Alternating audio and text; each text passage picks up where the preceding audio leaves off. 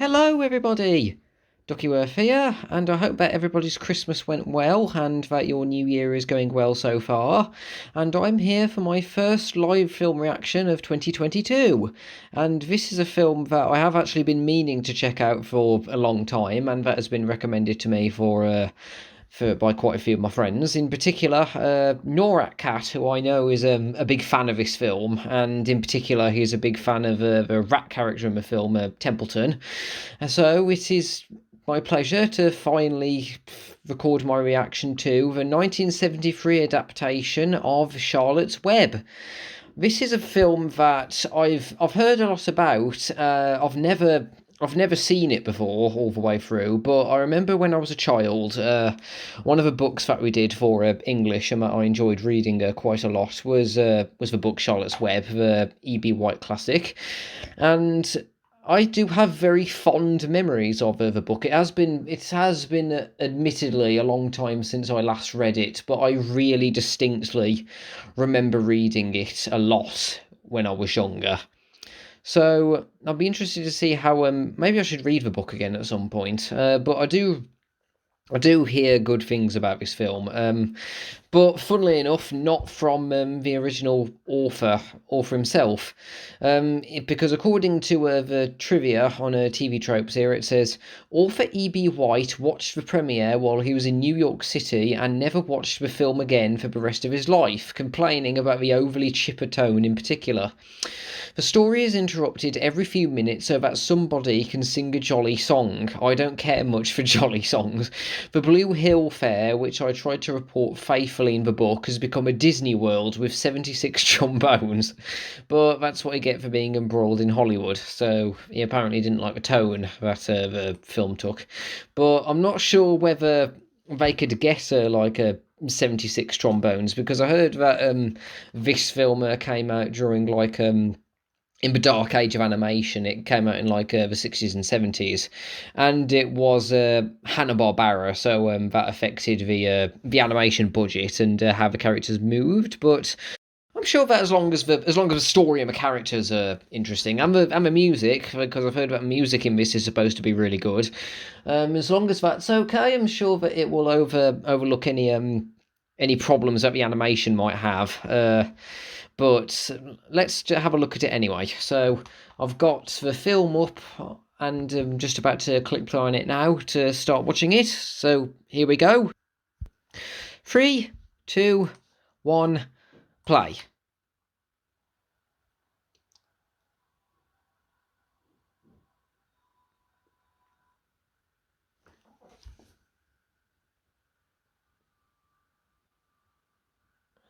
Okay, we're starting off on the... Oh, that shading looked pretty nice and purple there. Hanna-Barbera Sagittarius production. I don't know, looking at some of these trees, it looks a little bit eerie right now. Oh, and this music sounds like it'll be, because I remember the book. One thing I do remember when I was younger is that the book got pretty dark in spots. If I remember correctly. Uh, oh, this is nice. This music sounds really nice so far. Oh, no wonder it's the Sherman Brothers who did the music and the lyrics for this. So no wonder it turned out nice. Music supervised, arranged, and conducted by Erwin Costel.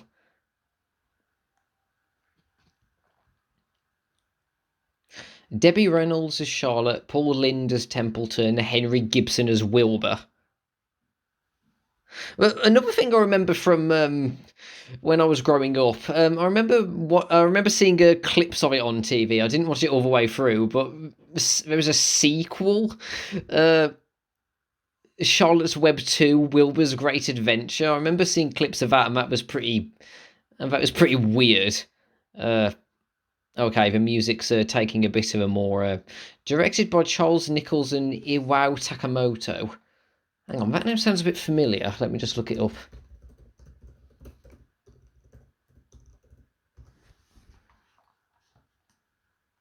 Oh, production and character designer for Walt Disney Animation Studios on films like Cinderella, Lady and the Tramp, and Sleeping Beauty. Huh.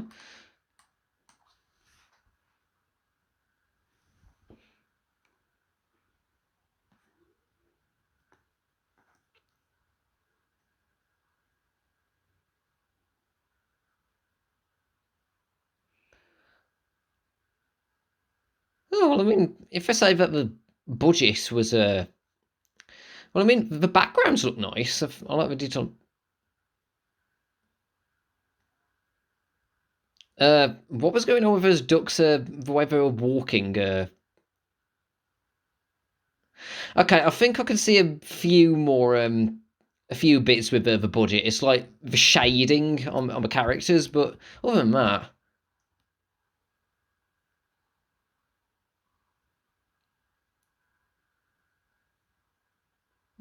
apparently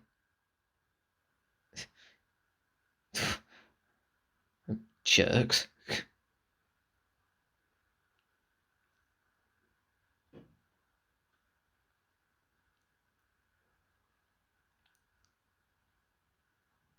Uh, I, oh wait, you're just gonna kill off the.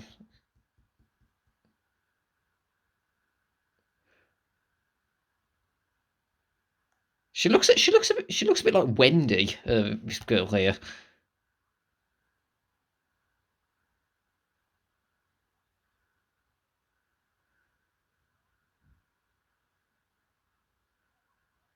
Is that is that regular? Is that regular? Is that regular practice? I mean, I know this film came out in the 70s and like the book came out earlier, but is that regular practice? You just kill off a runt of a litter like that?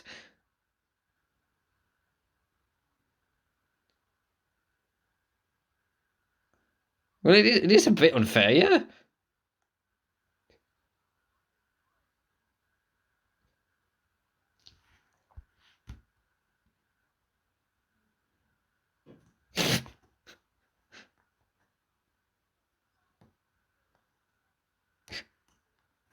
Oh wait,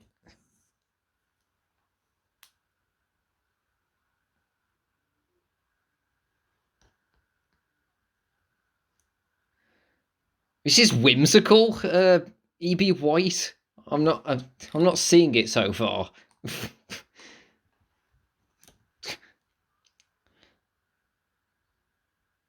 This is reminding me a bit of This just reminds me of, like, as someone who has a soft spot for pigs in real life and grew up watching a Babe quite a few times. Oh, this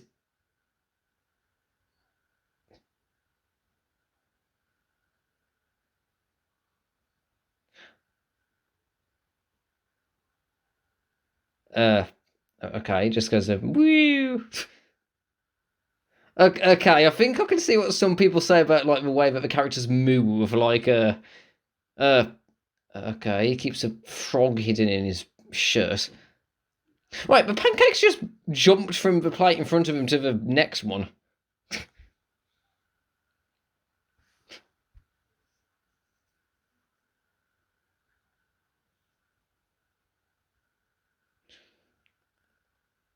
Why does he have a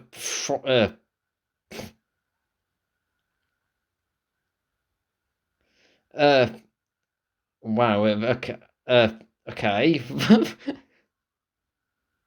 Why does he have a frog in his shirt anyway? I was trying to hide it.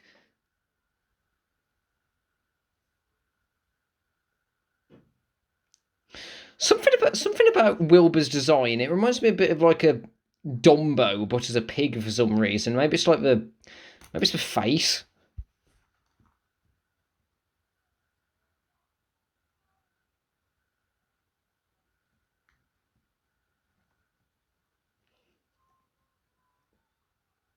Oh, this is a nice gentle song here.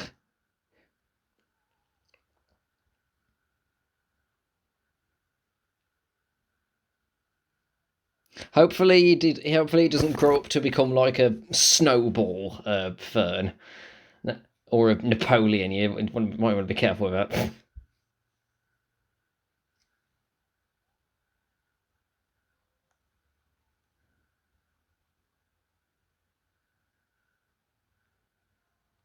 What's that look? What was that look, Wilbur? Why are you looking at me?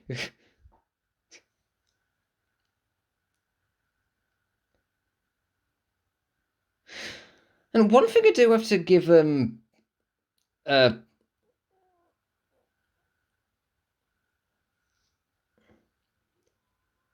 okay, whoever she was running just against the background there was a little.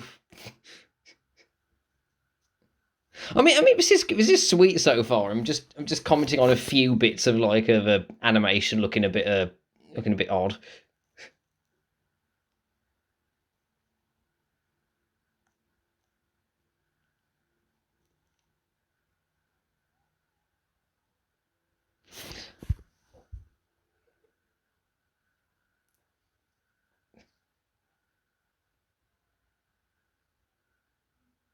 Oh, okay, that's pretty cute. I'm not gonna lie. Okay, Wilbur's face there looks a bit And anyway, what was I going to say earlier? Ah, Fussy. Henry Fussy. Oh, so is he like a rich kid who was like forced to practice a violin all the time and not hang out with anyone?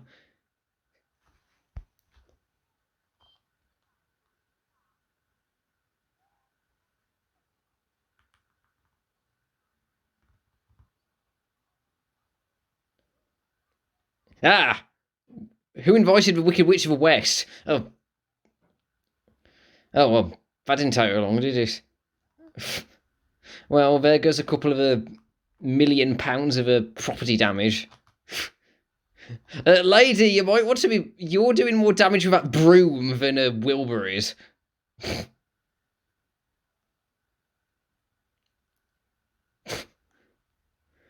And that's why the Wicked Witch of the West shouldn't become a mother, a housekeeper, or whatever she was.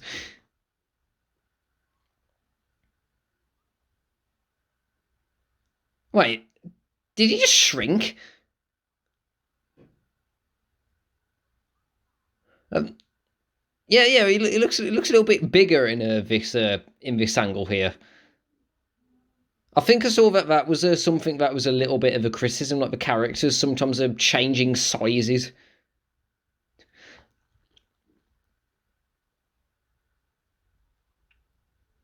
And did he change size again?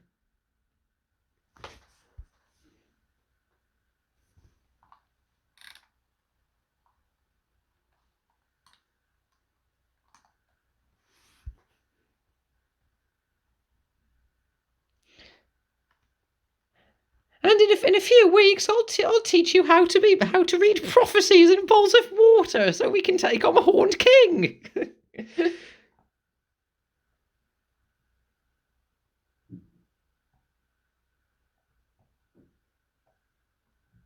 Who's Fern's voice actress? Fern Charlotte's Web.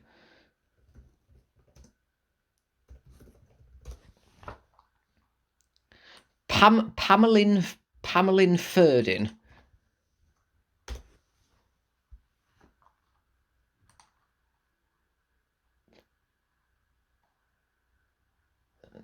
Oh dear. Oh, Pamelin Ferdin voiced Lucy Van Pelt in Charlie Brown. No prizes guessing which character from Pamelin Ferdin I prefer more.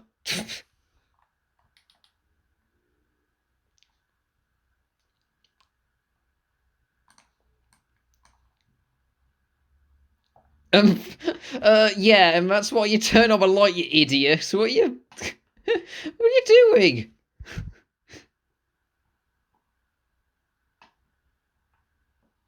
Wait, his foot, his foot was in front of a door.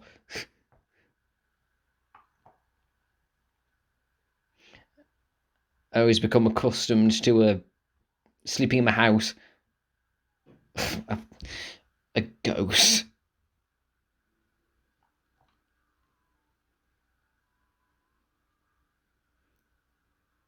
No, it's certainly well. he's certainly well trained. If he knows about just pointing to the staircase is immediately a sign for him to go outside.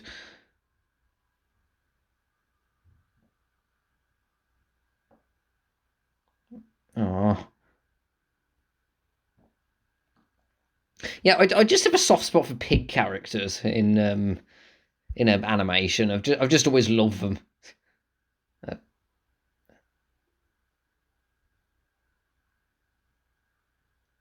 okay.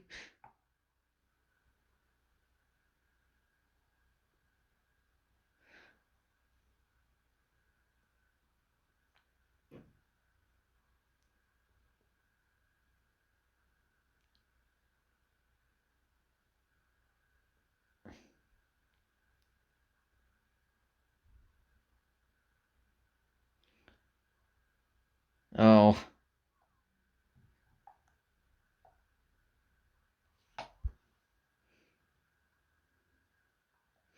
Oh. I do remember this being a pretty difficult subject matter from a book originally. It's like if you're a farmer, but you end up becoming like attached to like a one of the animals that you're raising. It's like your livelihood is a your livelihood is like a the meat in the meat trade, but it's like yeah.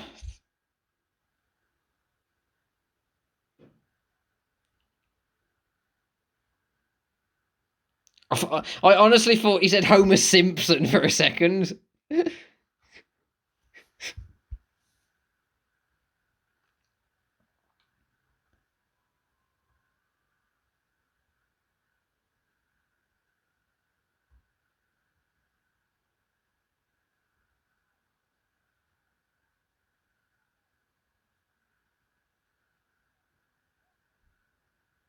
Uh, you're you're repeating yourself. Uh, okay, okay. This is a bit of a weirder character gimmick.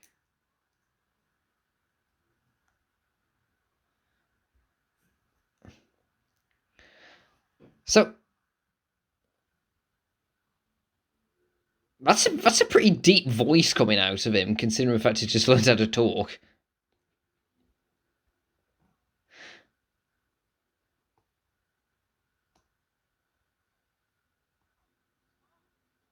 Uh,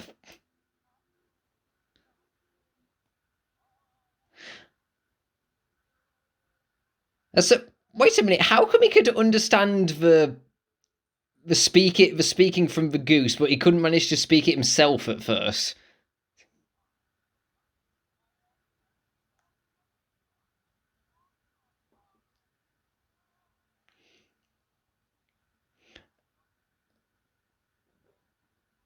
Oh, okay. That cat would have been a fair bit more a detail on the face there.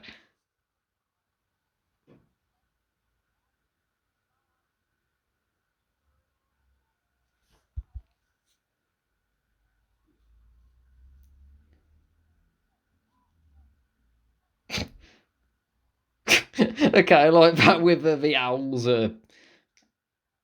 with all of the birds holding their wings over their heads as they're getting annoyed.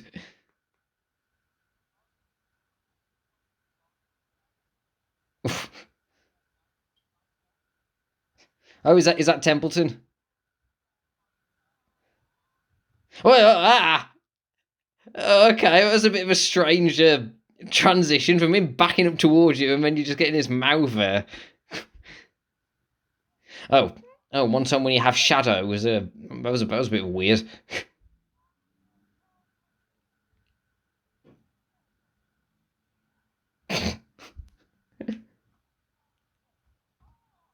Okay, that was why don't you keep it down?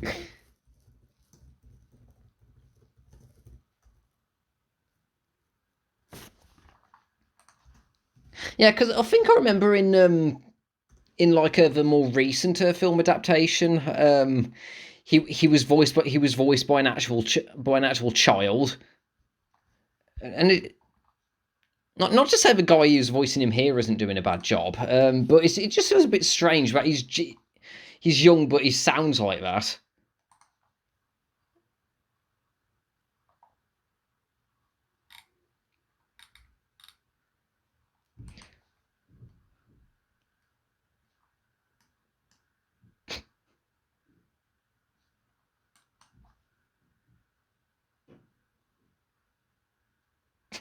Okay, so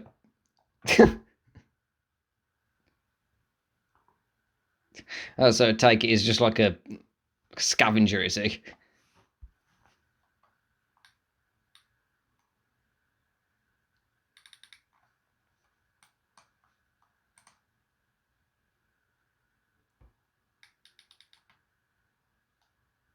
Oh, I just looked something up. The same guy who voiced Wilbur voiced Dr. Applecheeks in the Tom and Jerry movie. So he went from this to hit. Oh. Okay. Oh, wait. Wait, what was in that? Was that drugged or something? It was out quick.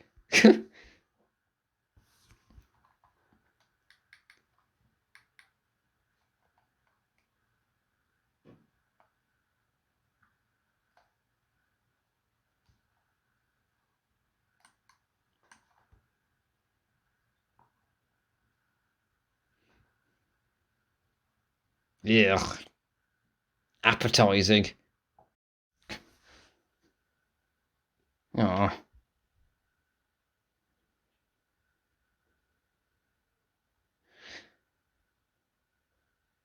And I mean, not to say that Henry Gibson isn't doing a good job with what he's been got, but it's just a bit. It's like with some of the things that he's talking about, it just seems a little bit weird hearing like a more adult voice coming out of the character.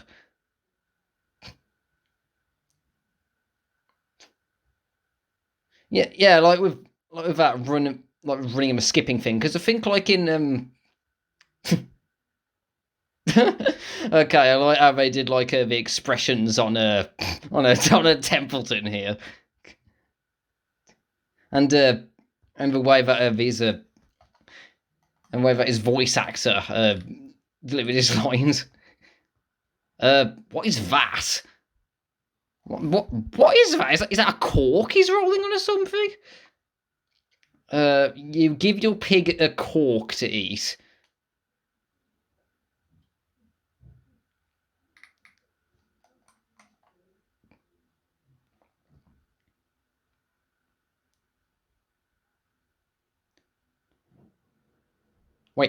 Wait, status? Uh, Wait, status? I thought sheep was supposed to be seen as a pretty dumb animal, and while pigs are supposed to be intelligent. So, what do you mean status?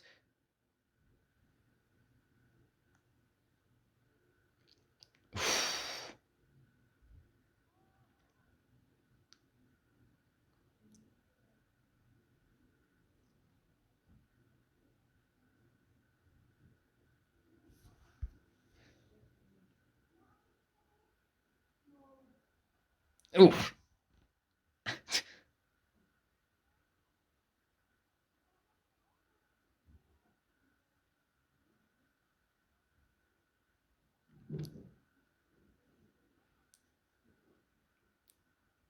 Ew. My warm manure pile.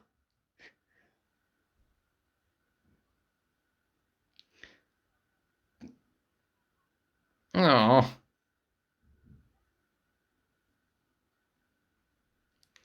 Chin up, he just told he's about to die.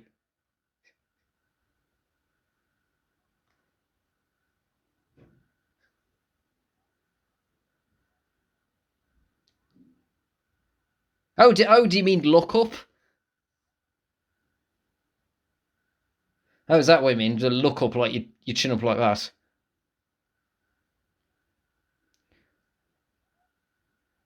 Oh, is that Charlotte? Funnily enough, that's the name of my sister, so it's just like whenever I read this book, I always just thought my sister because she shares the same name. Oof, that's true. Sleeping on an empty stomach, that's not fun, I can tell you that.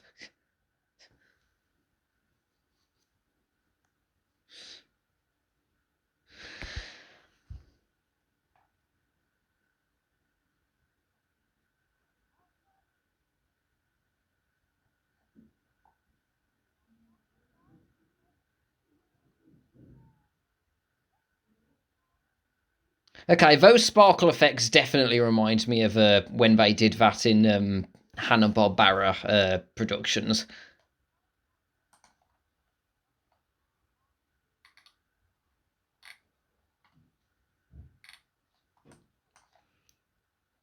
Oh, shut up.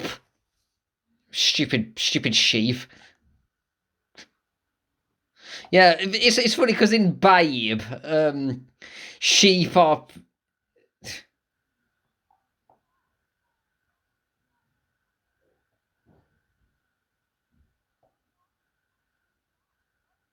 Wait, how did that happen? You just walked, looked to. Wait.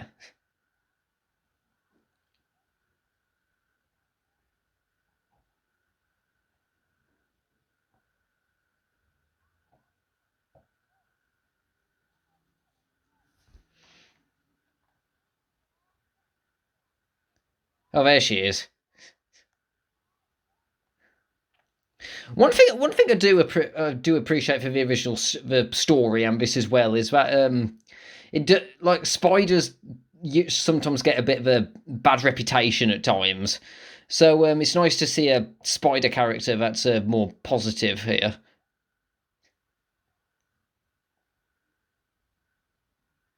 Ah,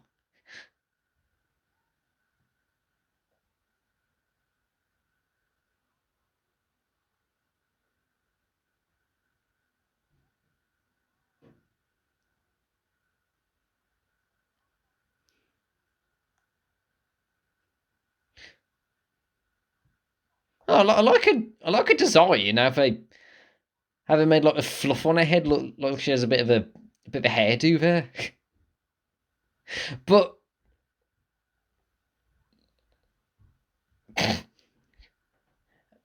Uh, I thought he was going to say that in regards to that fly for a second.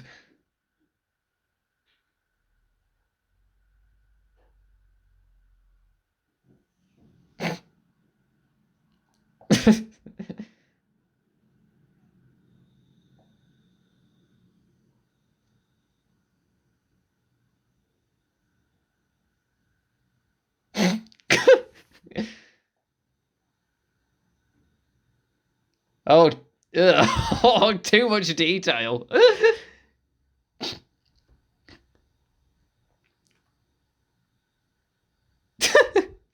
Well, sure, you can't judge their will, but I mean, it's the only way she can eat.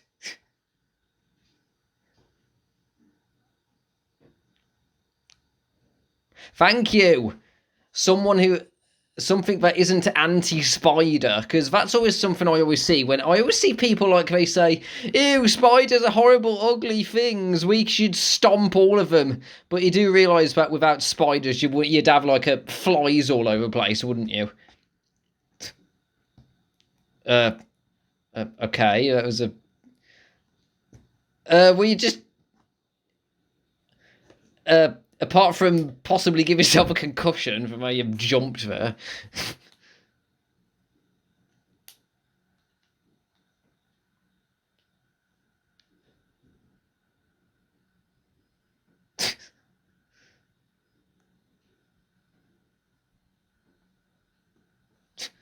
Oh, is he going to get his buddies Nick and Fetcher to try to help him get that string there?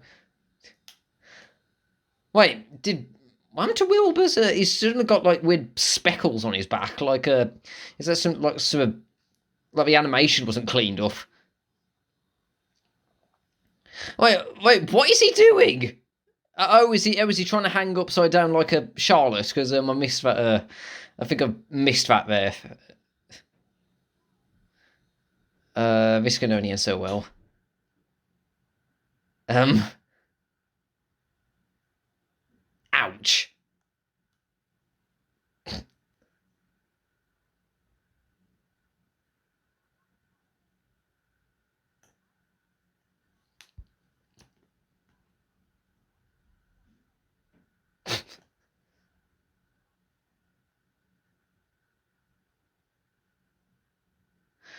some of Wilbur's expressions, it's like when his eyes go lidded, it almost makes him look like he's it just makes him look a little bit like he's drunk.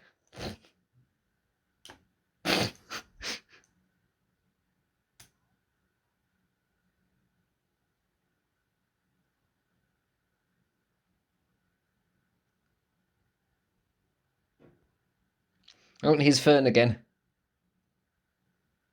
Yeah, she does. She looks a bit like a brown-haired Wendy from Peter Pan.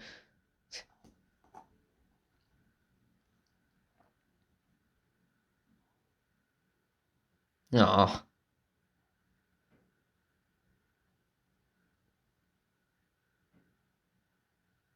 Yeah, the main thing I remember when I saw trailers for the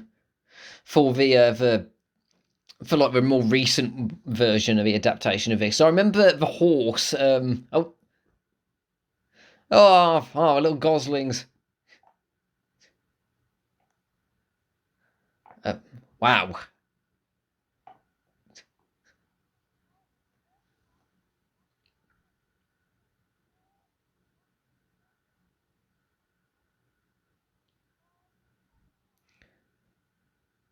Wait, so does Fern understands the animals too?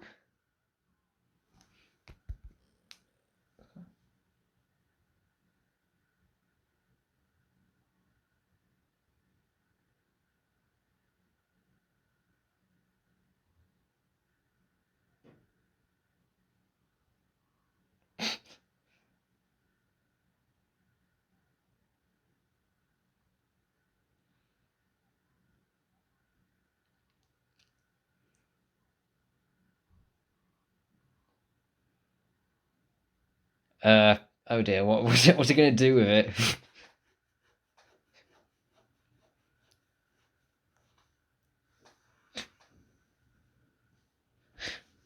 Right, so where is So do the humans understand the animals talking? Because Fern actually seemed to understand when Charlotte said the goslings have given.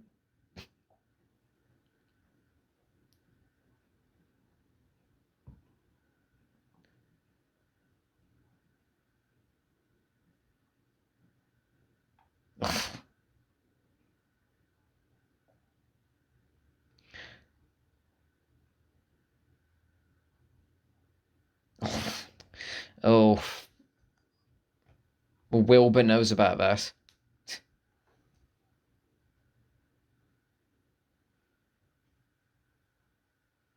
Ah, this because I remember the book being. I mean, the book could be dark in play. What happened to the gosling? What happened to his eye?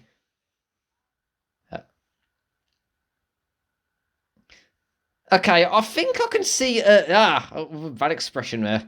I think I can see a little bit of why be white. I mean, I don't mind it personally, but I can see a little bit what he meant, like the number of the songs in this, and sometimes there doesn't seem to be a whole lot of a lead in to some of them. I mean, it's the Sherman Brothers, so the songs are really good, but I just think that I think the lead in can be a bit strange at times.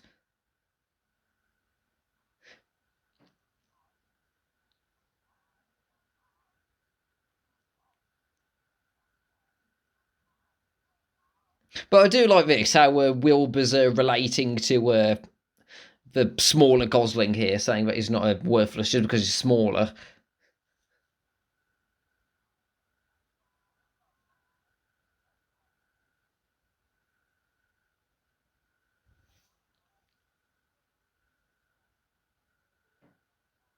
But one of the horses' teeth there for a bit. I think there was a frame when the horse started like braying and just sort of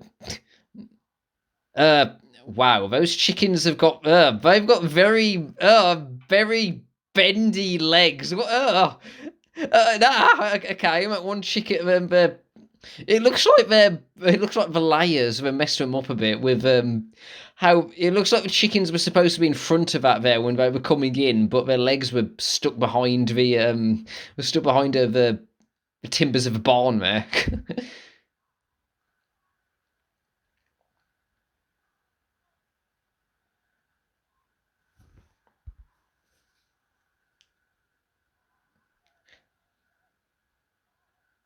Oh, okay, and now it looks like now it looks like Wilbur shrunk again. Well, at least the chickens are they're not like bending their legs in like really awkward ways anymore. What was it the way Fern's hands are on her hips there? That looks a bit weird.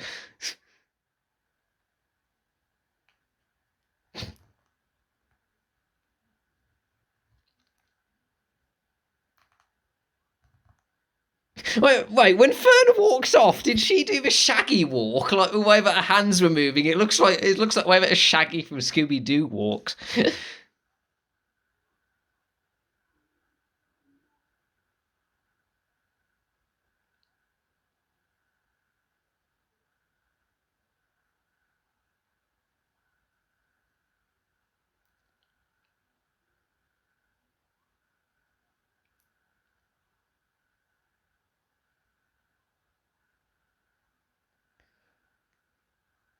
Oh, that was quick. How you just said "I love you" just like that. Okay.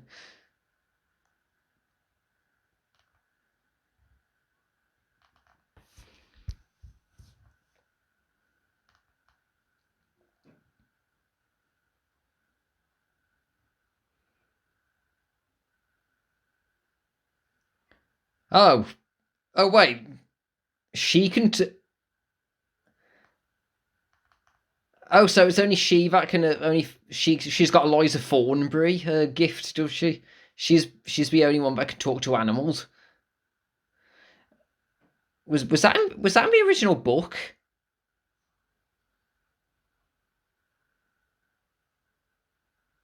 Uh, I'll just look it up for a little bit, just quickly.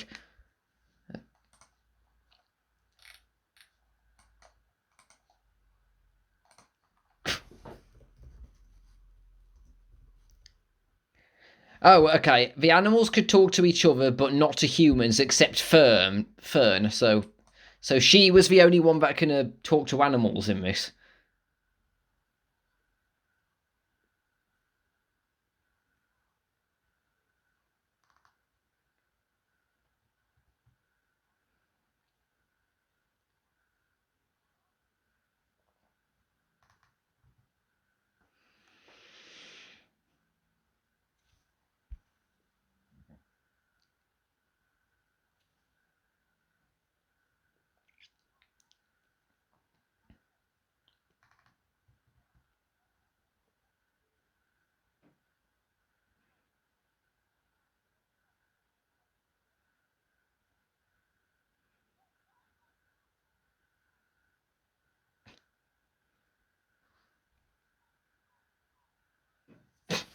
Yeah, that was rude.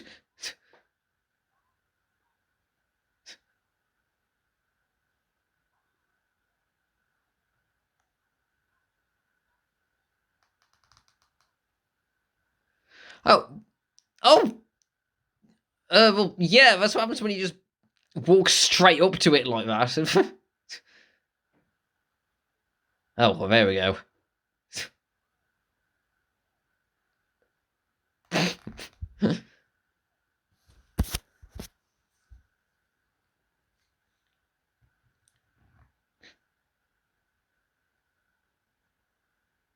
Ugh. Yeah.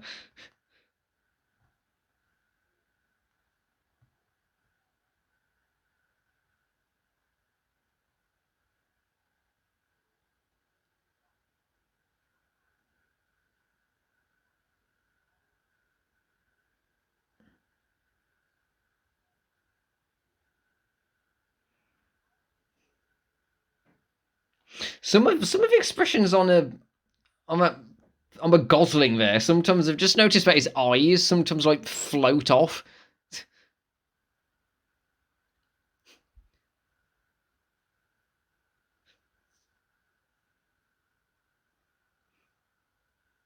And I mean, and don't get me wrong. I mean, I know I'm commenting on like the on the animation at times, like some weird bits, but it is still cute.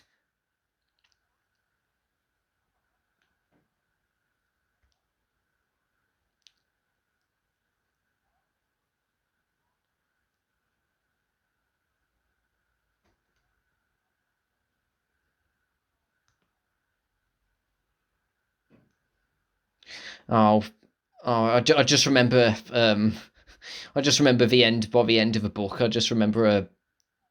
remember when I was a child. I remember actually breaking down when I read the end of it. And if you've read the book yourself, then you know exactly why.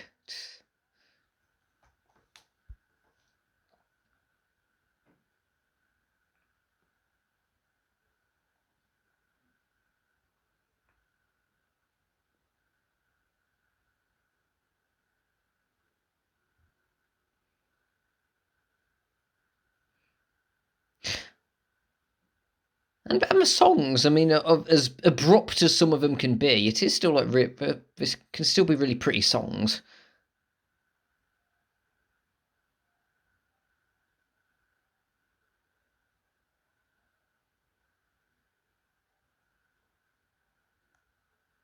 Oh, like this, like the glittery imagery here.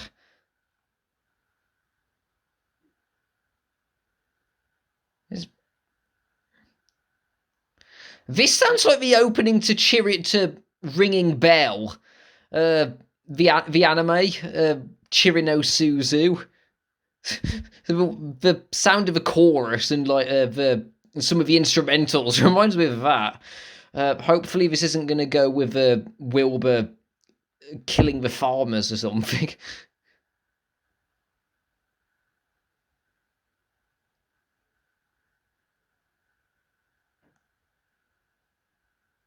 Wait, what are those? Is that amoeba that's floating around there?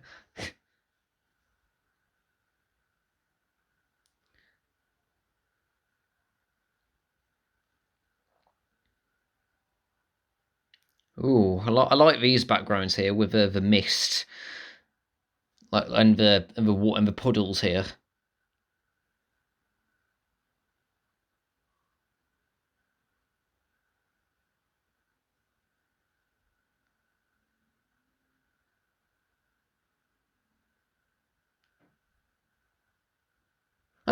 Templeton's giving off a shadow now all of a sudden.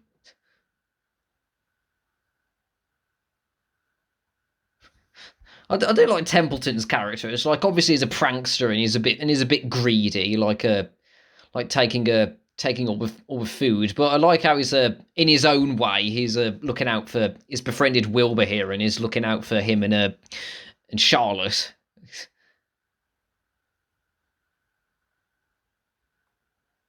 Some pig. I remember that from the book. Like that's what she weaves to her save Wilbur's life here.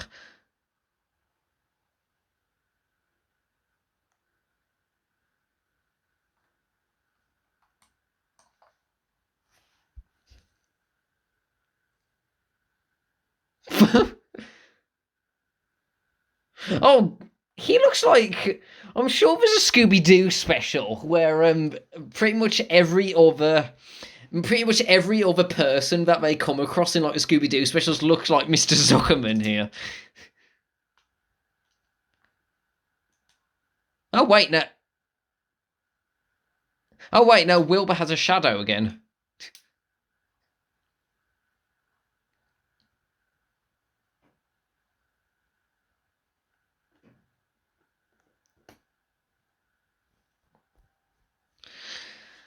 Oh.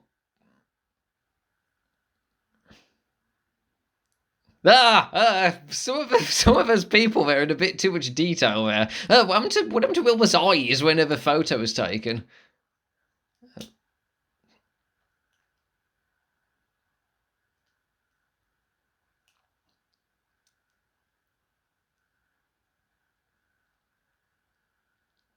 Oh wait, so because a spider wrote the message some pig, then it's for. Hmm. Okay, well, if I saw if I saw a real spider tell me to tell me that a pig was important in real life, and I'd probably run for it too. I'll probably believe it too.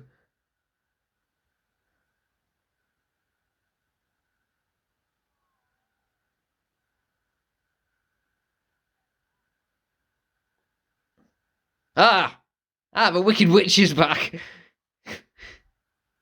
Oh, 20 minutes. Yeah, I thought it is. Oh,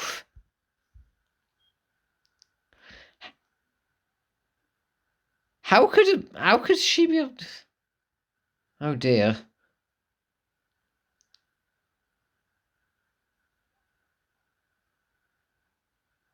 Oh, oh, oh. Well, I mean, it took the message for everyone to look at them and the pig to gain like publicity all of a sudden. So I think it should be pretty easy to fix up something else. Eating.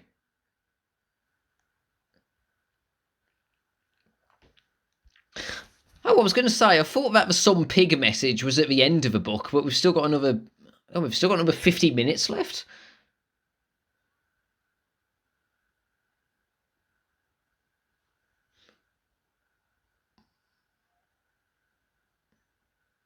What's the background of boinging?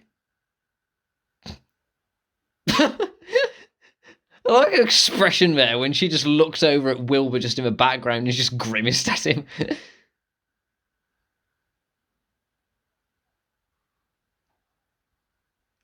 I like that how they did it with her legs, how they had to just like holding a holding her hands together.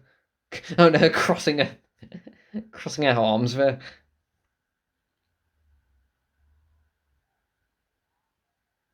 Uh, yeah, I don't think that's gonna.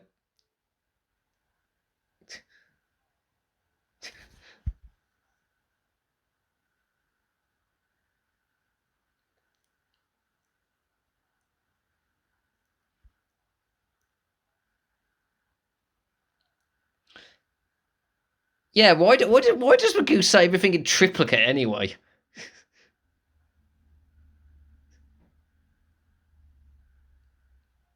Oh, she's a real trooper. Oh, cat.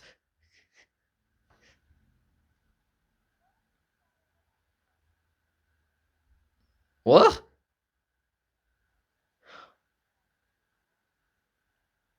Oh, is this to get back at him for like not helping earlier?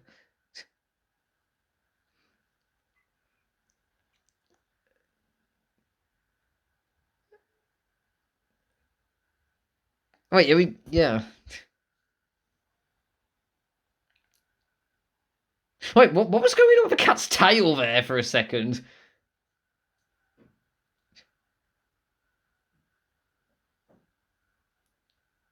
Yeah. I like how he just like brushed it off as well. He almost got eaten by a cat, and then he was just like, "That wasn't nice." What is this happening on a regular occurrence?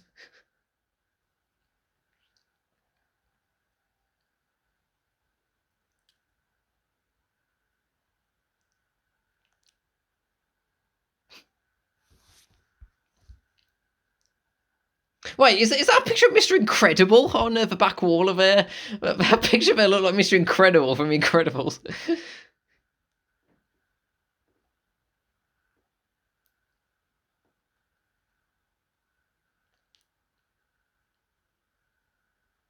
Oh, and they managed to arrange themselves in the exact same formation as well. Ugh. Okay, some of us people are getting too close for comfort to the camera.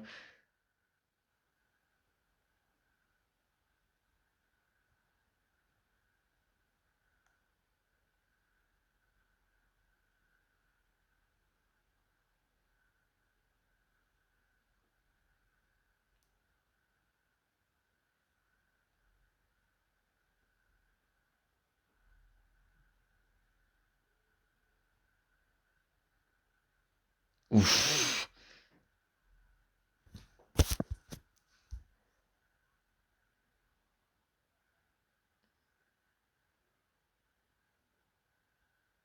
Ah! Oh, I mean, his face there.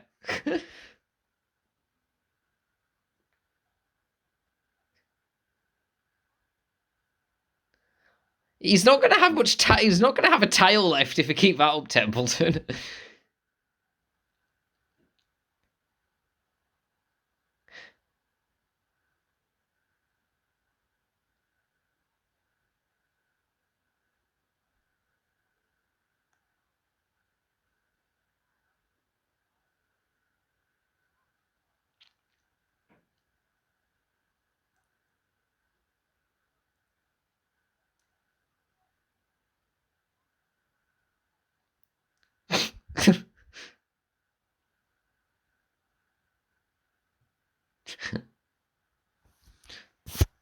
I think he might need something else more than a web at this point, Charlotte.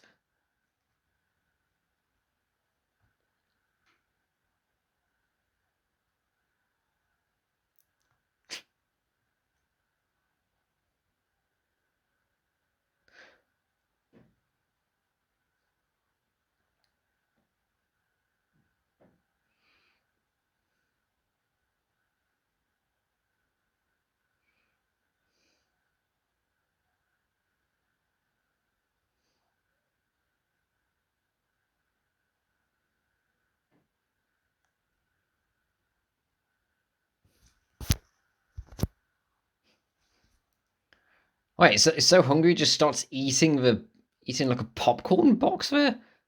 Oh no, no, he's taking it to crunch. Uh, yeah. Um, what's a? I forbid you to faint. He's constantly having his life threatened on a regular basis. I would faint if I was in his situation. I mean, I know that obviously getting so panicky about it isn't going to solve anything, but I'd be flustered if I was in his situation.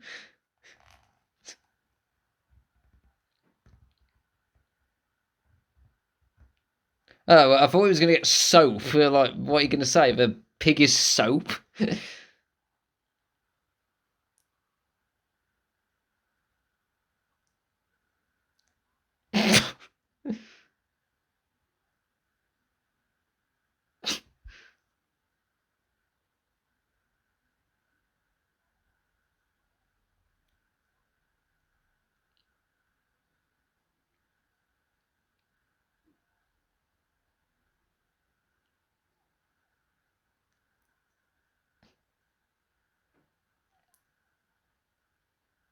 Wait, how long is that?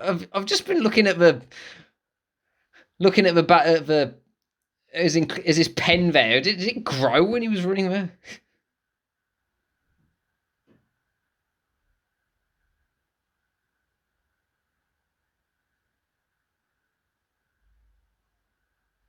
Ah, more. Ah, God! Some of the details of the people's faces. Okay, this I buy a little bit more if he's actually able to do those tricks there with the font there, with the text there, like saying that is radiant.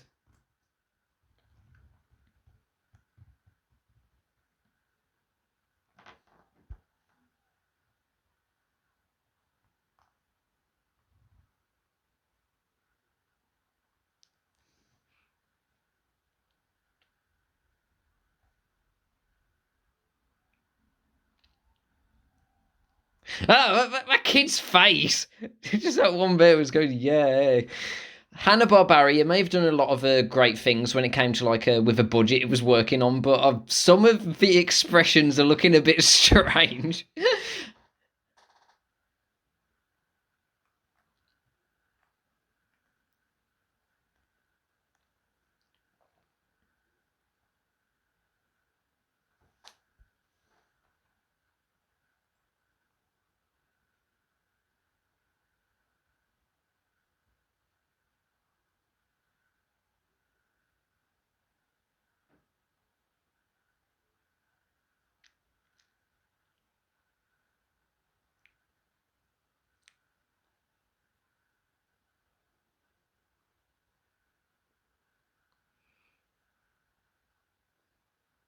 Wait, what was that look? The Gosling just grimacing at him there. Zuckerman's famous pig.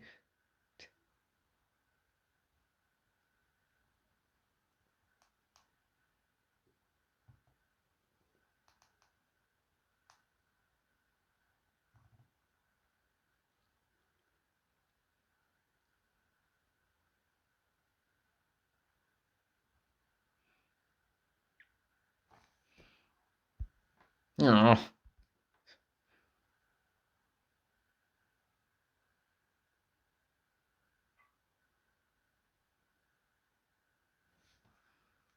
oh, okay.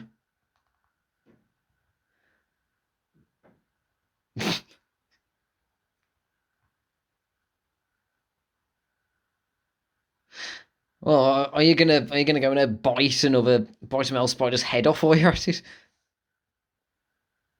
Well, well, I hope not.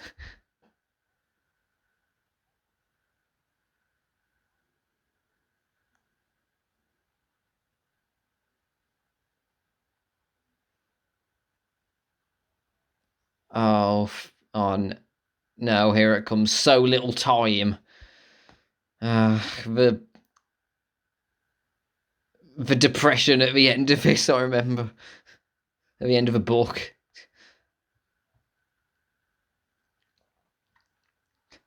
I do really like Charlotte's character though. It's like she's looking out for Wilbur, but at the same time she's like she's got a bit of a firm hand to her. Like when she says to him to like moping won't fix anything, or like saying I have to eat that. How do you expect me to live if you don't want me to catch anything in my web? So it's like she has a point there. Oh, I like the colours in the backgrounds here. And it also helps that Debbie Reynolds' voice really fits the character as well. And another thing that's pretty funny is just like she's such a gentle voice, but she talks about like the things like I'm gonna suck the blood out of this fly. I mean it's what we do, but still.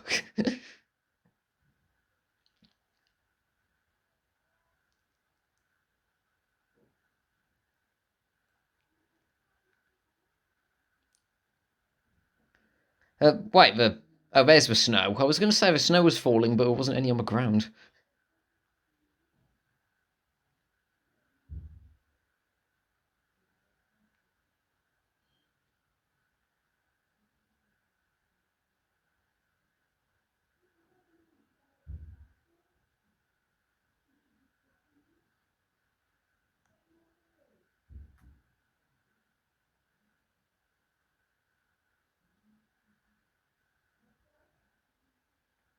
I like that. I like that shot there with the tree with the sunset there.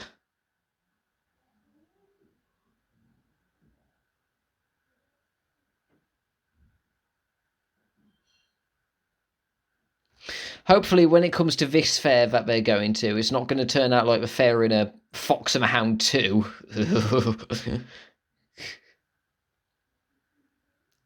Oh, wow. Oh, yeah, Wilbur really grew. Wait, how long ago Is the fair gone yet? Or are they still preparing for it? Oh, those pancakes look. Oh, wait, where'd she come from? Those pancakes look nice.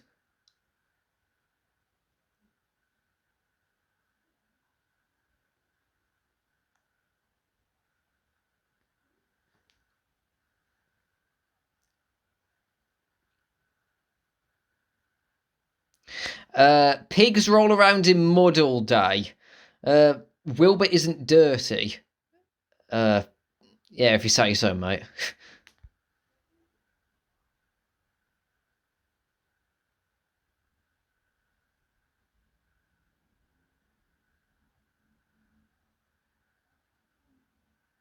Oh wow, he's really got clean.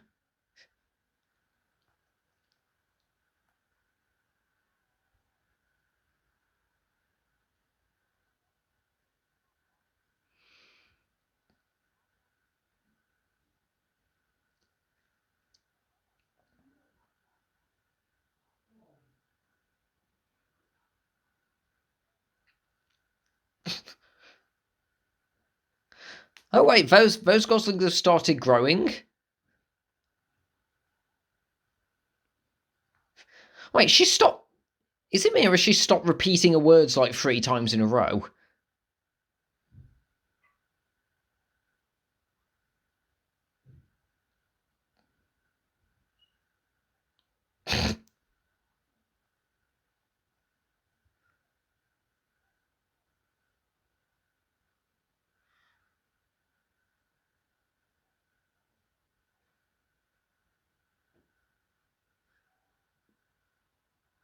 Okay.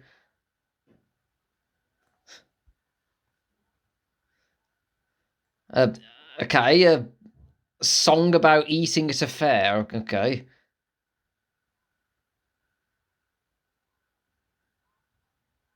Ah. Oh, okay. Okay, that was a bit strange. It's like the expressions from the characters have been relatively grounded up to now, but now all of a sudden we just had a Wilbur's eyes like bugging out at the thought of a banquet here.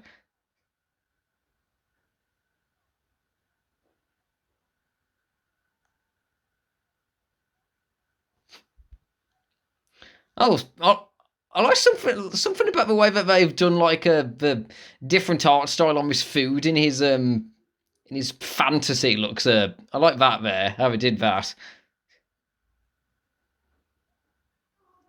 Wait, has Wilbur just shrunk again? It looks like Wilbur just shrunk again.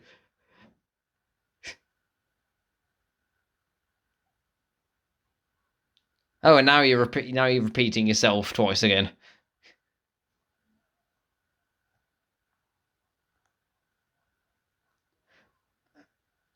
Okay, this is giving me flashbacks to that weird "Good Doggy No Bone" song from Fox and the Hound 2, but thankfully this is better, a better film and a better song. Thankfully, it was just like the art style at that bit there that reminded me of that weird bit and they were dancing and all the, and I get bad memories of twerking animals with that.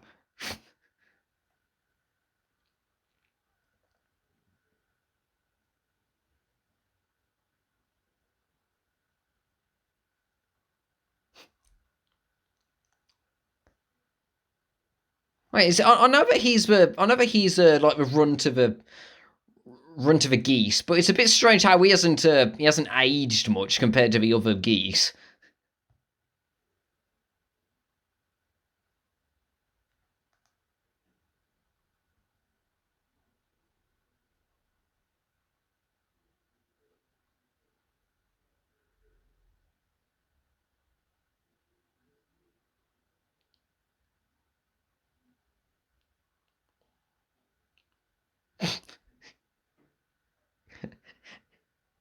His voice actor's perfect for him.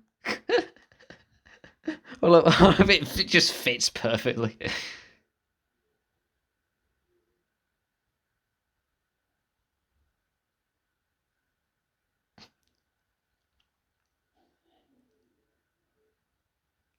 Oh, what are you looking at? That one lady that was sitting in the front, she was just looking at the lady next to her with a weird face.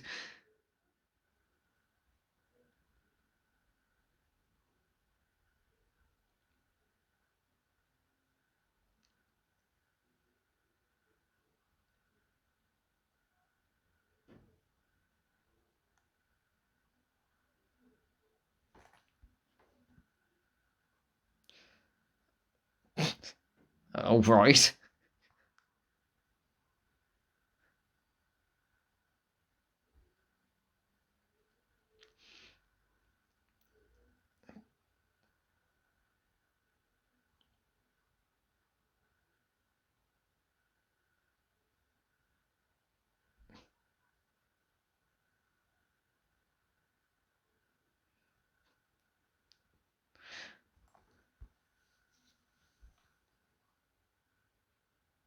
Oh wow, we're quite turnout at the fair.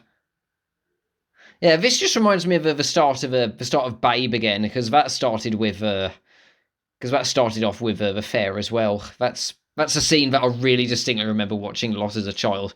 Hopefully, when Wilbur gets held up, he doesn't pee on the farmer like Babe did with Farmer Hoggies.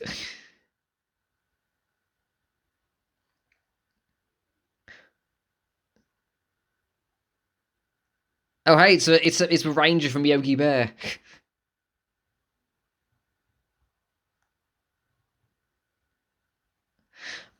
This reminds me because we go a lot to like a count. We go a lot to like a county fairs. Ooh, we go to a lot of county fairs in like in the autumn. And it is a fair bit like this. And there's the Ferris wheel that Reva McIntyre is going to end up demolishing, and Copper's going to blame it all on Todd. I got to remind myself, Fox and the Hound 2 never happened.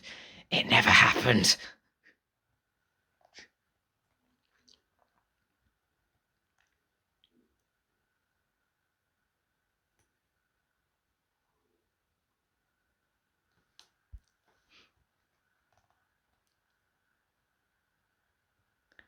A frozen custard? Don't you mean a don't you mean like a? I've heard of egg custard, but not frozen custard.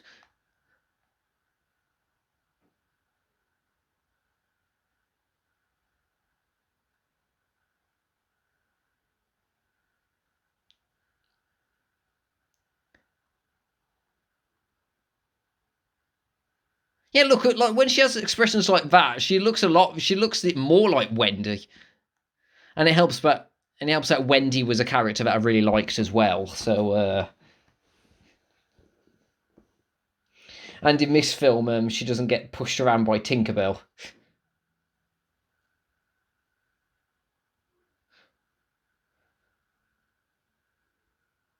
Wait, hi Fern, I'm Henry. Oh no, it's the kid from earlier. He doesn't have his glasses on.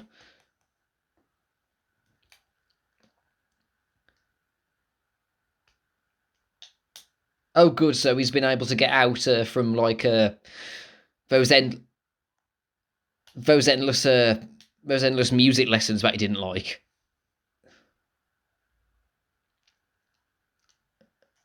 And he definitely seems more outgoing now.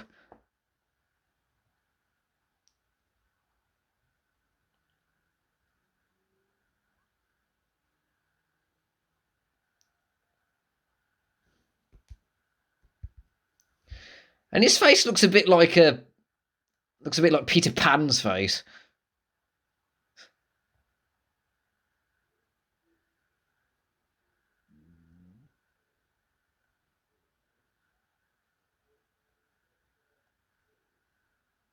Oh.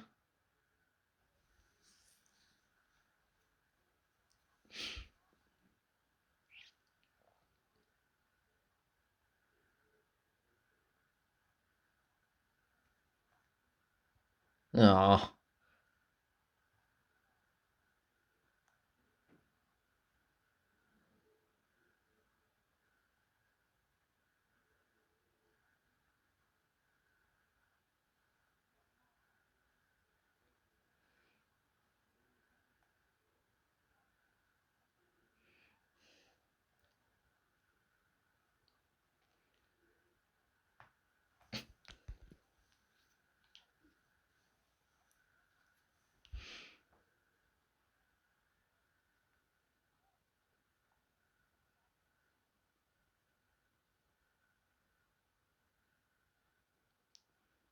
Oh wow.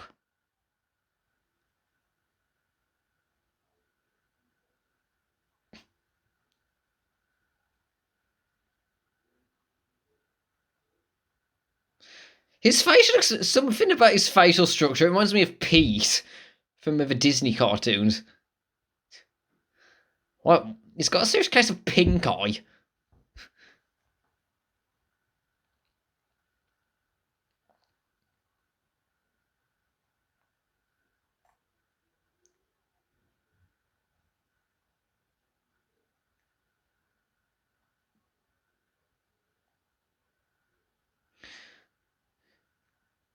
Yeah. With how often she like spins webs like in a single night, like with how long it takes like for some webs to be built up. She must be plumb tuckered out, just like doing all that to help Wilbur. She's a trooper.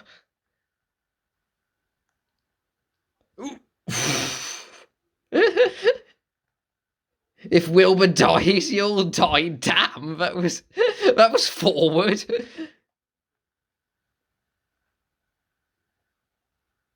Oh,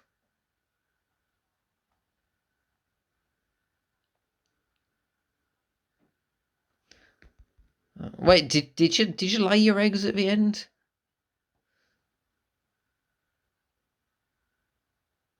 Oh, that is sad though. It's like she doesn't want Wilbur to worry too much about things that are happening, including the fact that she's dying while she's making all these webs to save his life, and she just goes out just doing that. Yeah, I mean, I know that I can see a bit more about E.B. White, the criticism about some of the more whimsical bits of the film, but it does still have some pretty sad stuff in it.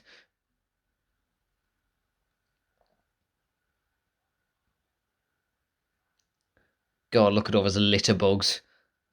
That's the thing with fairs. You always get one. You always get one person just chucks everything.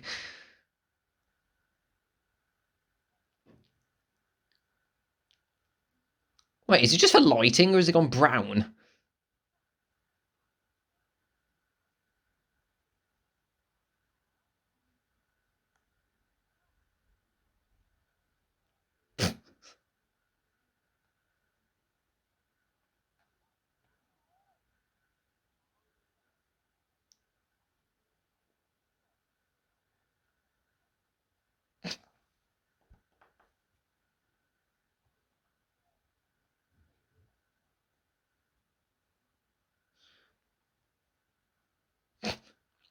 It looks like Napoleon really let himself go.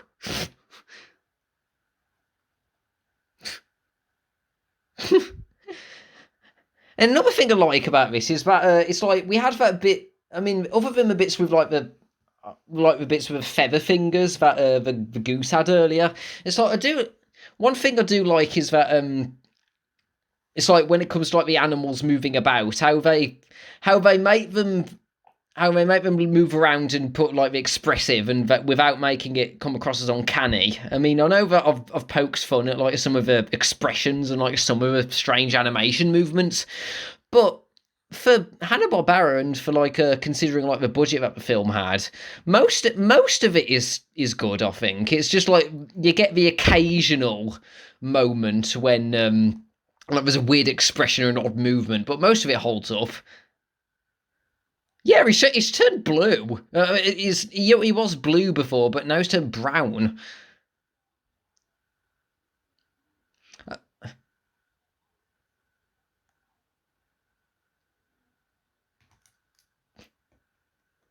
It looks like Pleasure Island, just like with how much it's been wrecked. Oh God. Uh, okay, this is me whenever I go to a restaurant. My eyes are always bigger than my stomach.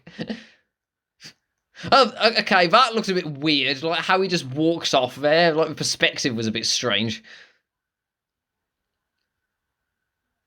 Uh, oh wow. Okay, this is a little weird. Like it just is. This is going to like a Looney Tunes like territory there. Oh, and once again, it's like do one thing I've always wondered. It's like in America they call ketchup catsup.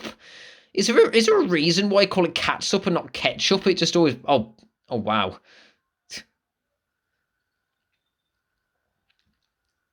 Yeah, this is a little. It does clash a little bit with like the tone that's been going on so far. It is a bit okay. Now it's turning into pink elephants from Dumbo. Uh, or then again, Hanna Barbera, and they probably and like I never how much ugh, no, that does not look right. Just like how we look sloshing about there. Ugh. But then again, he had two bottomless pits with Shaggy and Scooby Doo, so I guess that was a bit of a bit of a running joke for them in some of their things. Oh yes, yeah. Careful with that. You're gonna end up throwing up.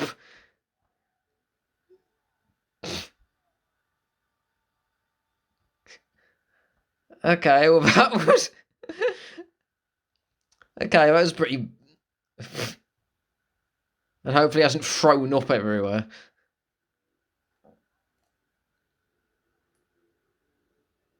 Oh, is that the eggs?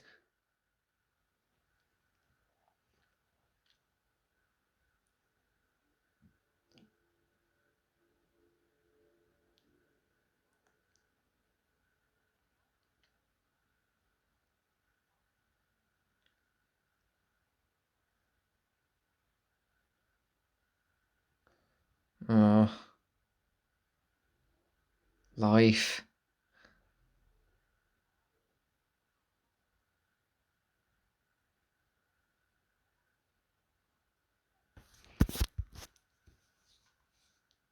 Ah, okay. More weird expressions of Wilbur. No, no, the way that drooping there, her feelers.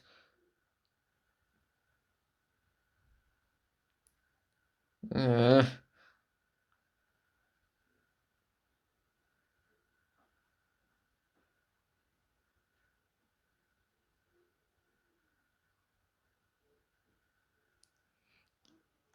uh,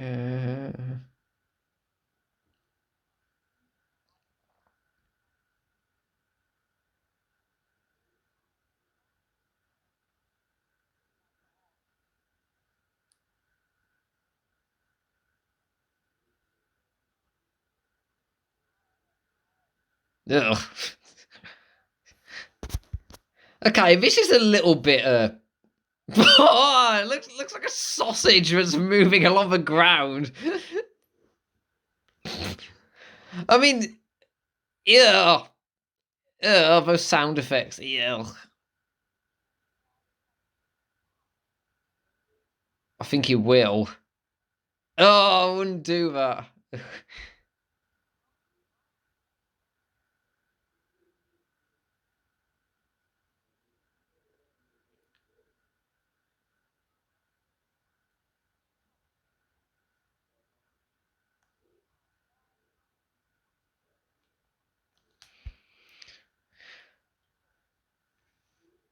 Oh, those sound effects. Oh, oh. That, oh.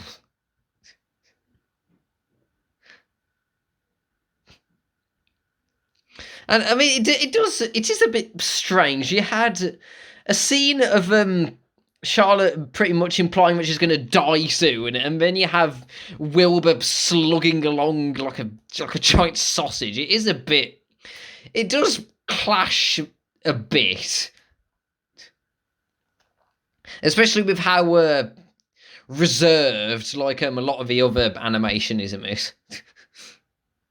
I mean, I did get a laugh out of it, but it just still feel a little bit weird.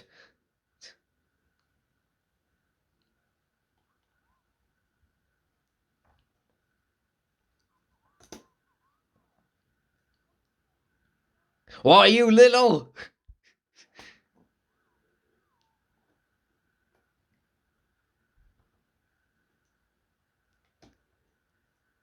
Okay, now we get marching band.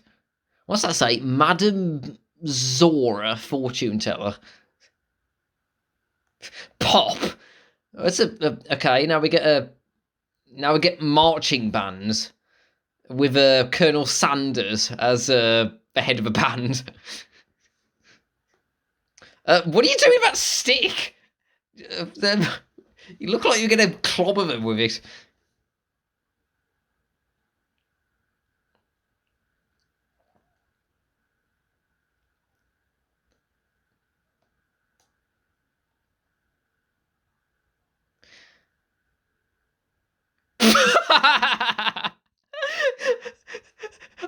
way he just said, "Yeah, it looks fine." You didn't even look at it. Yeah, that's lovely, dear. He's got very small feet. I just looked at her. I just noticed. Chang ching piggity bang bang, fine for offended. Wait, wrong song. It sounded like it was going. Okay. It sounded a bit like it was going to go into bang bang, chitty chitty bang bang there, judging by how the song went.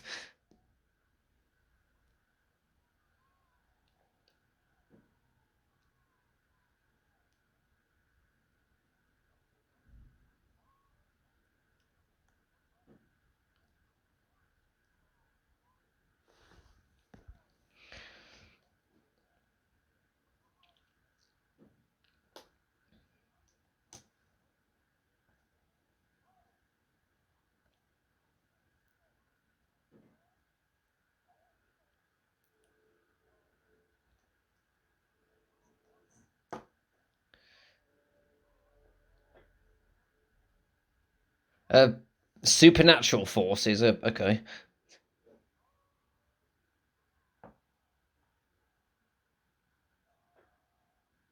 Okay, now we get a barbershop quartet.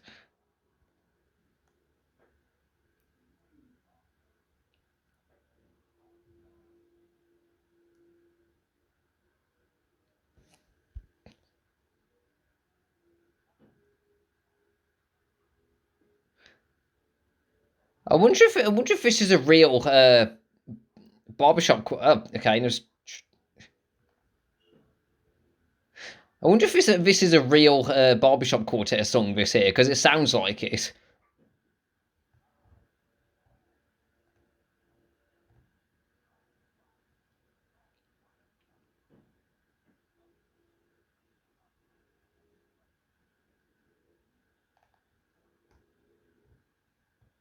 Oh, okay, it just popped up behind them.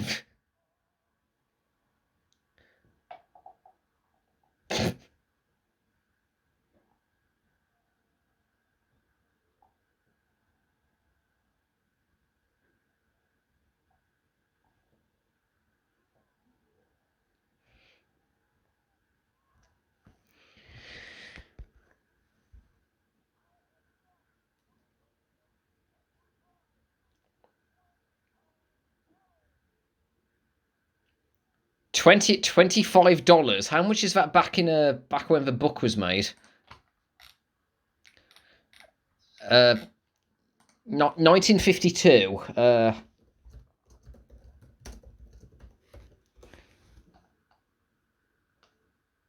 $262.22. Yeah, that is quite a prize. And he's saved. Oh, and there goes Colonel Sanders' parade.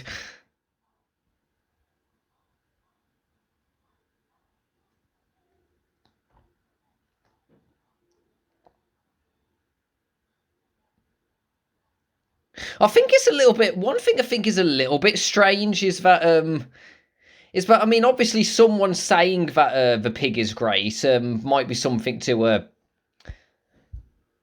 justify saving him. But I mean, I'm surprised that we didn't investigate the spider. Here it comes. Here we go.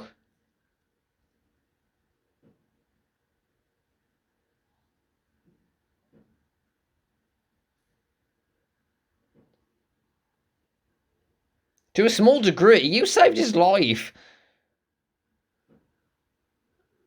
Here comes the depressing music.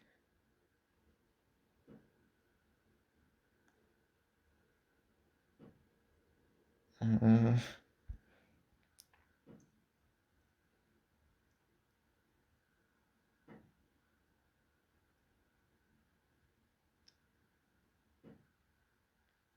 oh.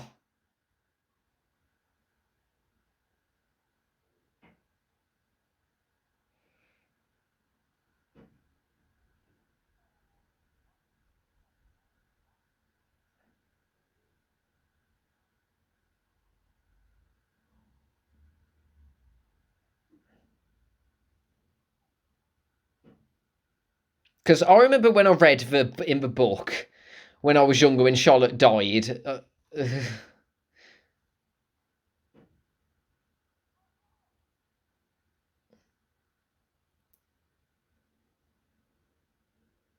Oh wait, you're strong down. Mm. Oh, stop.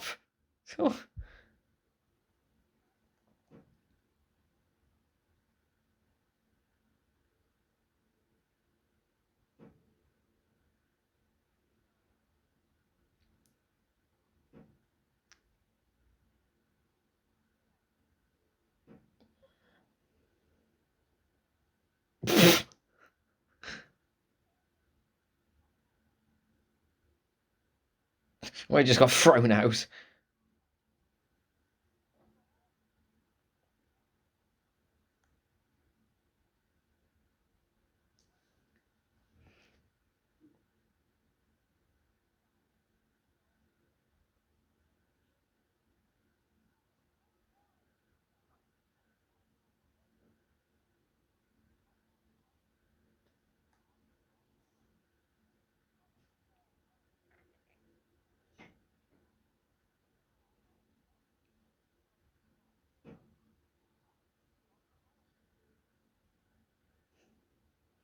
Just as long as you don't do that with sausage movement again, because that was oh, oh, careful with that. Hopefully you did.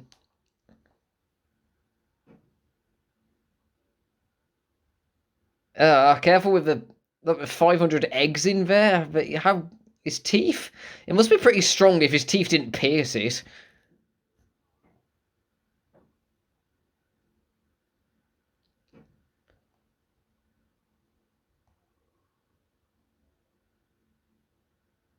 Uh,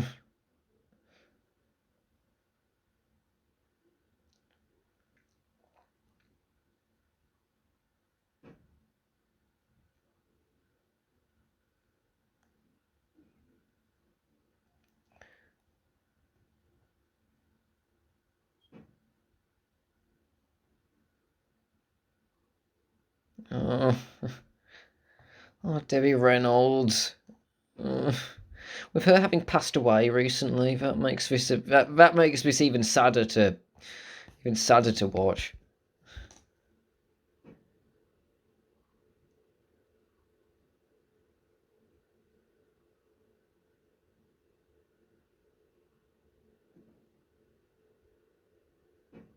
Uh, and she goes out with a literal swan song there.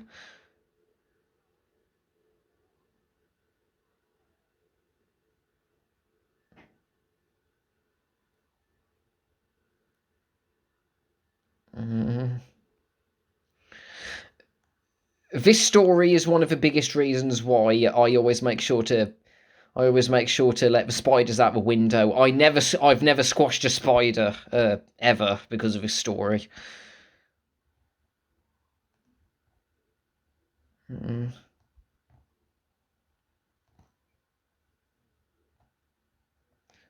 I wonder if Fern's ever going to say anything in regards to this.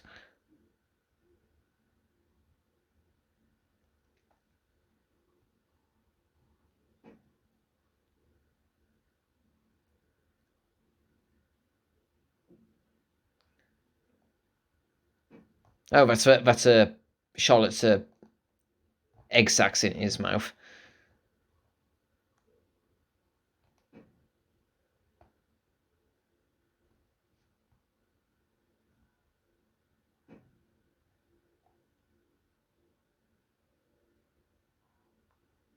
Oh.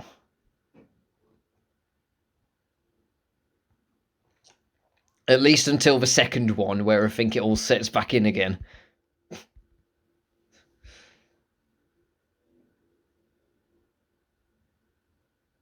Oh, and Fern and Henry have started dating by the looks of it.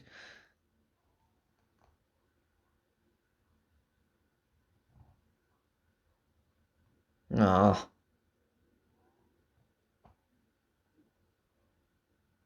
Oh, that is sweet. How Charlotte looks out for him, so he in turn looks out for her offspring after she's gone.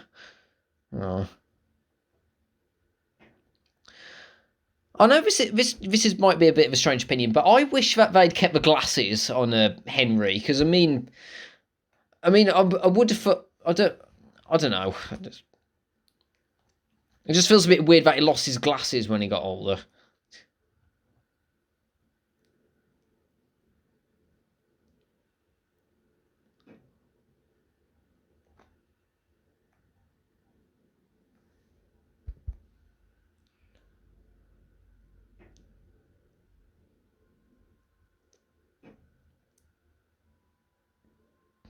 Oh, to quote Syndrome from The Incredibles, he got busy!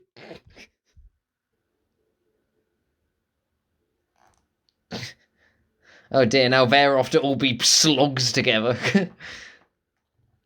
Here come the spiders. And they're going to lead the way to... Aww. And they're going to lead the way to Aragog.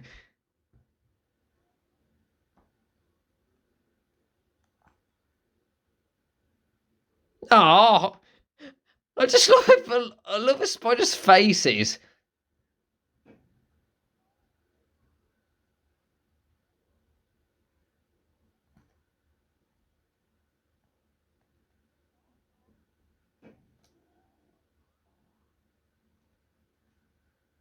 Oh, we just did.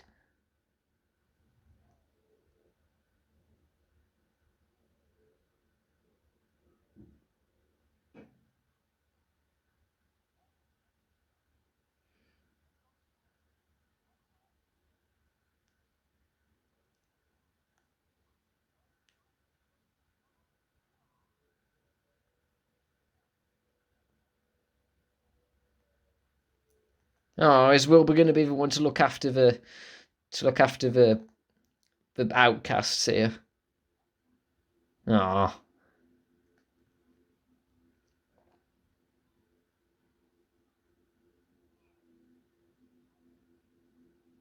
As someone who was pretty small and weak when he was younger, I can relate to this.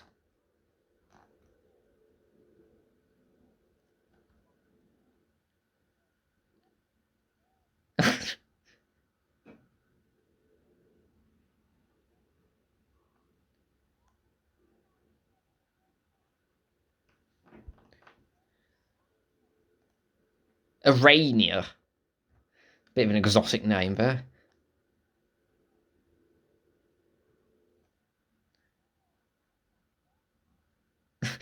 I just love how they did like the designs for the spiders.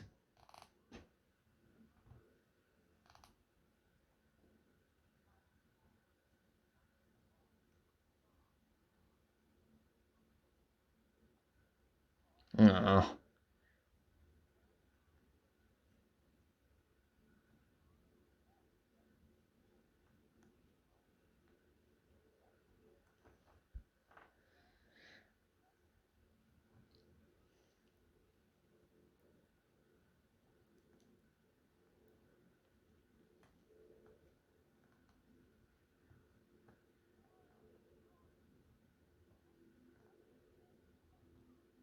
Yeah, it was Rainier, yeah. Oh, I like how they're more welcoming of new ones to the farm now after they were harsh to Wilbur when he first came.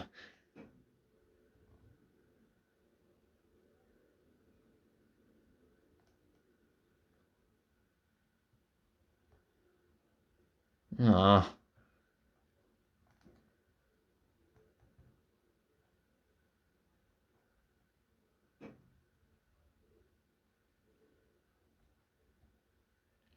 Charlotte was awesome.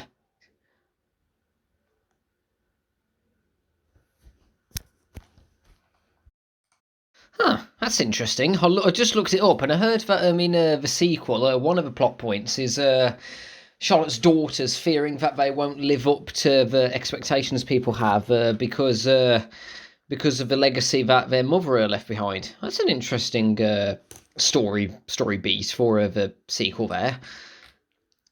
Huh, Okay, so that could be worth checking out, even though I heard that the sequel is not quite as good as the first one from what I've heard about it.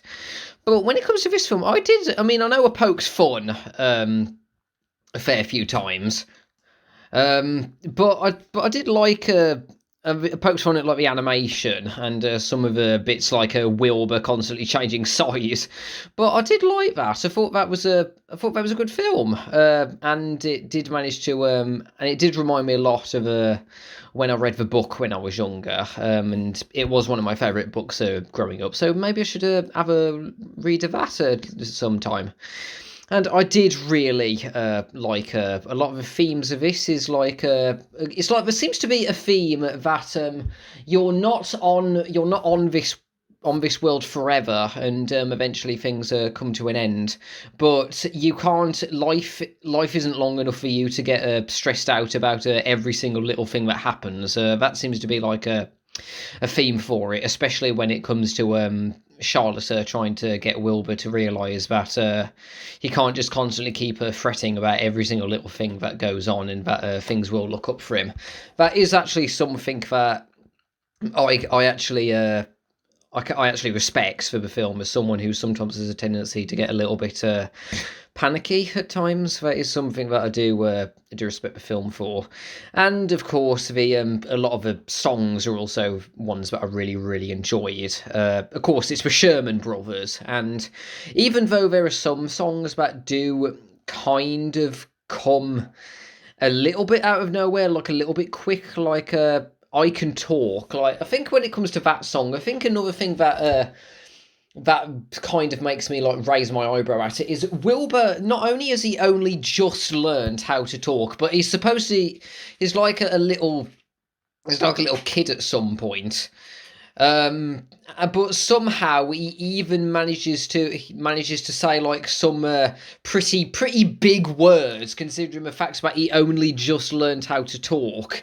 And again, I don't want to say anything against Henry Gibson. Henry Gibson is a very good actor, but it still sounds a little bit peculiar that you have this young pig and then you have an adult's voice coming out of it. I mean, maybe if they got like a child actor to play like Wilbur when he had just learned how to talk, and maybe trying to like he's like stuttering through some words, and then throughout the course of the song he more properly learns how to say like big words. That could be something that could that could make it a little bit better. I mean, it's not bad, but it just feels a little bit strange.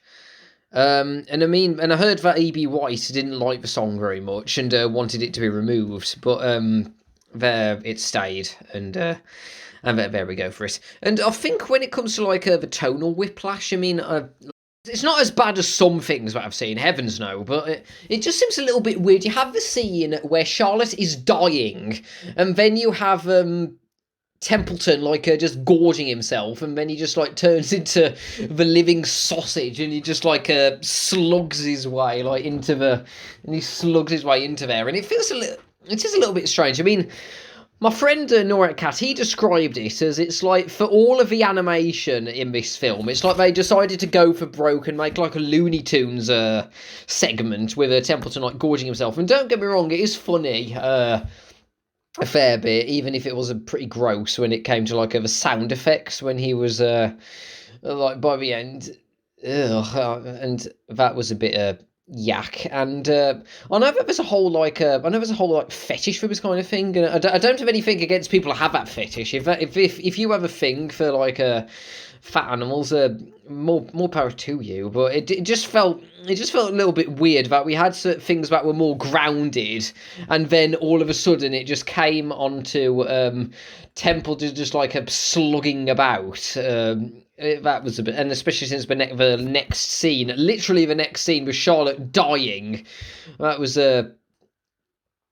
one thing that was pretty yeah, but I did like Templeton as a character. Like Templeton and Charlotte were the characters that I like very much. And when it comes to Fern, I did like I did like Fern, but it just felt a little bit like. I mean, first of all, after the scene when Wilbur was taken away from Fern, Fern still comes to visit him, but then a short time after, it's like after it's established she can talk to animals, that doesn't really come up again. That doesn't really come up again after that scene. Other than the parents like saying that she's crazy, but. Other than that, it didn't really seem to come up or affect a whole lot, did it? Only Fern realising that something was going on to save Wilbur, and maybe she could sleep easy. And I mean, I know that Charlotte said like life changes, and like Fern and Henry are growing up, but it did seem a little bit strange that Fern didn't say goodbye to Wilbur, or like they just like drifted away. That felt a little bit mean. Speaking of the human characters, when it comes to the animation, I'll get to that in a little bit, but obviously Charlotte was the best one. I love the idea of this character who's like motherly to Wilbur, or like a good friend, like trying to get him to live through life, and convincing him that things will be all right in the end. But then she casually just talks about matter of fact things like I'm gonna drink this fly's blood, or like the things about the situations to do with Templeton and Wilbur, like when she gets the cat to chase Templeton to get him to attend the meetings on the next time. That was I think she was a really good character. Wilbur, I mean, when it comes to his character, I mean, I understand his situation, like when it comes to him like worrying about everything. Worrying about everything that's going on, but it just feels a little bit strange, because I mean, it's like he's a young pig in the original book. He's like he's a young child in like pig years, with him like fretting out about being eaten. But I think maybe as a result of like Henry Gibson being cast as Wilbur, and I mean it is just a little bit of a pet peeve of mine. Adults voicing young children, but it just felt really. It just felt strange that you have this child, and then you have a grown adult's voice of Dr. Applecheeks coming out of a pig, and it made a few of the bits with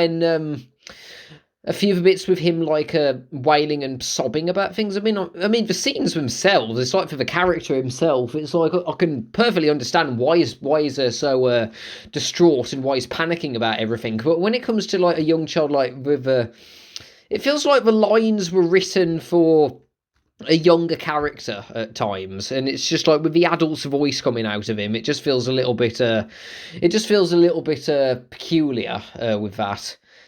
It's not a bad lead, and I do like the lesson that he has when it's like Charlotte was spending so much of her short life like caring for him and making sure that he doesn't die, and then for the short time before the spiders go away until the three where he cares for them, he ends up caring for her egg sac. And by the way, Templeton bit down on that egg sac, and rats' teeth can be pretty strong. They can bite through steel, so unless that egg sac is like made of made out of kryptonite, I don't know. I mean, I understand it's easily going to be. I mean, I understand if you're a spider, you're going to want to make strong things to make egg sacs out of to protect your young. But that felt a little bit. I don't know. Are there any animal biologists listening to it today? Like, who can comment on that? Because I'm probably not the best person to talk to about that. Okay, let's get to the animation. The cartoony. It's like the animals. I do like how they make them like with like the lower budget that Hannah Barbera had. There were some situations where like some of the character models like went a bit off, like the eyes start like flying off their faces. Okay, I need to look up the name of the younger Gosling, because I'm going to go mad like constantly not having to. Jeffrey, that's it. Only appears in the 1973 film. Oh, maybe that's why it felt like after he appeared, he went to the fair with Wilbur, but after that he just disappeared. So that was a bit strange of that. There were some bits where like, and especially Wilbur changing size. That was one thing. I think that was the main thing I noticed. But other than that, I thought that for Hannah Barbera, the animation was especially with some of the backgrounds and like the dream sequences when Charlotte was like making the web for Wilbur, like with a some pig message in it, so that people will become to see that the pig that he's special.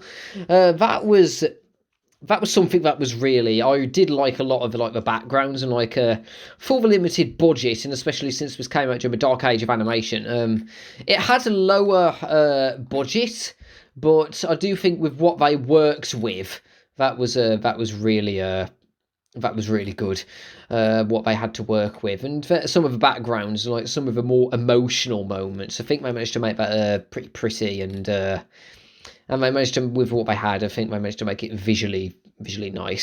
For like some of the weirder cartoony bits with Templeton, I swear they put quite a fair bit of the animation budget into that scene where he's fantasizing about eating his way through the fair, all the scraps that are there. It felt like some of the colours that they had there. Even if it did remind me a little bit of Fox and the Hound 2, it's thankfully much better than Fox and the Hound 2, easily.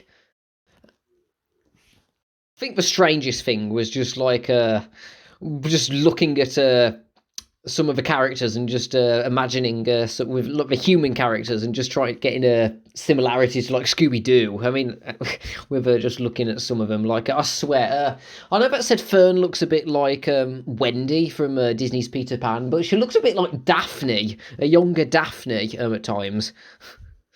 But I can say that as someone who has never seen the film in full before, I am glad that I saw it. There were some strange moments with the animation, like some songs like coming in a bit out of nowhere, and I think the reason why E.B. White criticised the songs is that some of them, it's like, while they're not bad and they're well sung, I think it was the fact that some of them like ground the plot to a halt.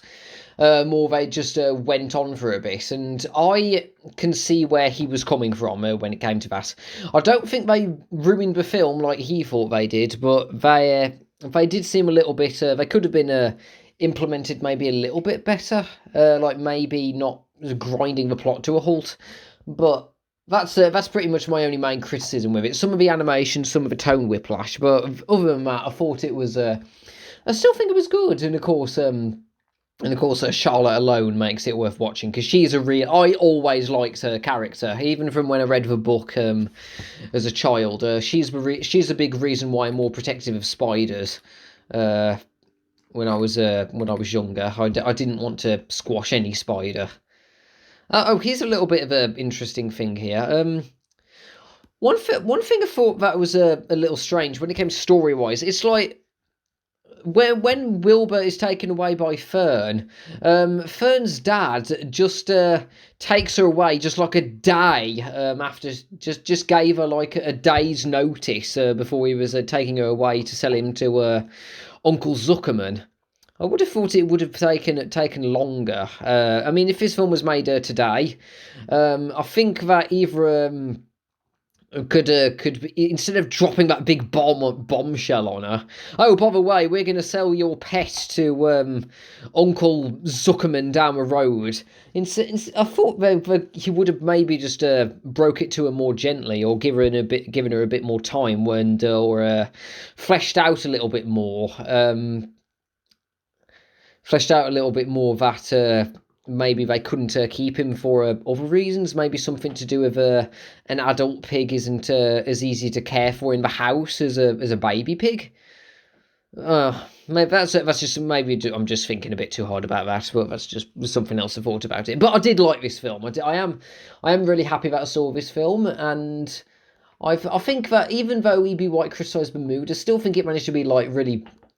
Pretty mature in places, with like the more serious bits when it came to Charlotte making the web, convincing Wilbur to perk up, and her dying at the end. That was still really sad, and especially with the music, it felt. I still stand by it. It sounded like something out of the anime Ringing Bell when it came to some of the parts, especially during some of the dream sequences, but.